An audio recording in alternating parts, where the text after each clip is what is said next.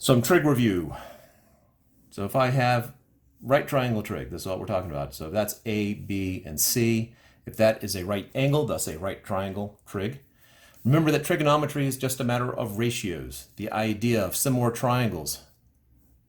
So if that's half of A and that's half of B, well, that's going to be half of C, and that angle and that angle are congruent, that angle and that angle are congruent, assuming that's a right angle there. And so given that this angles are the same here, so theta, they realize the ratio of opposite and adjacent here is the tangent. So what they call the tangent of theta is the opposite side over the adjacent side. The cosine is the adjacent over the hypotenuse.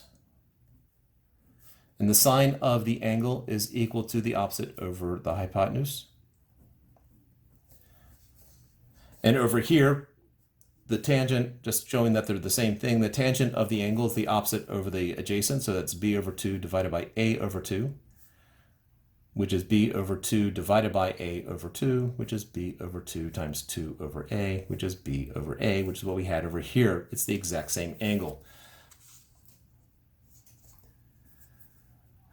We will be spending a lot of time breaking things up where we know the angle and we know the hypotenuse, and we need to find the other two sides. This is finding the perpendicular components in the context of physics, of a vector usually. So if this is 30 meters and this angle is 20 degrees, then this side right here, which I'll label just A and B, I know that the cosine of 20 degrees is equal to A over 30 meters, or A is equal to the hypotenuse times the cosine of 20 degrees. And this ends up being 28.19 meters. B, I know that the sine of 20 degrees is the opposite of the hypotenuse, which is b over 30 meters, or b is equal to 30 meters times the sine of 20 degrees, 10.26 meters. And so we now have the two sides there. Notice in both cases, it's the hypotenuse times the sine or the cosine.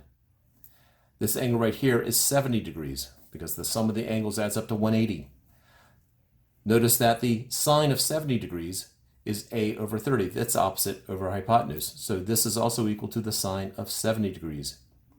This is also equal to the cosine of 20 degrees. The cosine of 70 degrees. Or in general, the sine of 90 degrees minus theta is equal to the cosine of theta. And cosine of 90 degrees minus theta is equal to the sine of theta. So now taking that small little shortcut that we just did, if this is 57, make it a velocity this time, meters per second, an angle of 35 degrees, then this becomes 57 meters per second, sine of 35 degrees, 57 meters per second, cosine of 35 degrees. So that's 32.694, why not, meters per second, 46.692 meters per second. You can always check yourself. There are a couple of checks here. I know if that's 35 degrees, then this angle up here must be 65 degrees. This is 90 degrees. The longest side is opposite the biggest angle. So that's the biggest one. This is the smallest angle. That should be the smallest side. It is. We've done something right. We can also double check in Pythagorean theorem if it's a right triangle. Pythagorean theorem holds true. And if Pythagorean theorem holds true, it is a right triangle. So 32.694 squared plus 46.692 squared should equal 57 squared, with exceptions for rounding.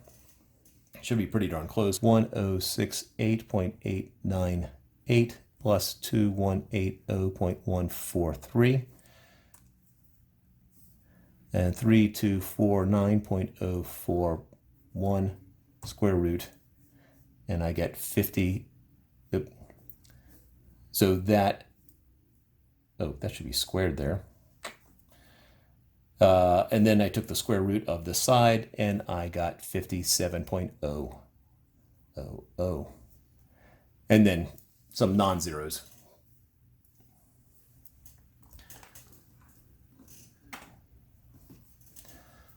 But except for rounding, we got what we expected.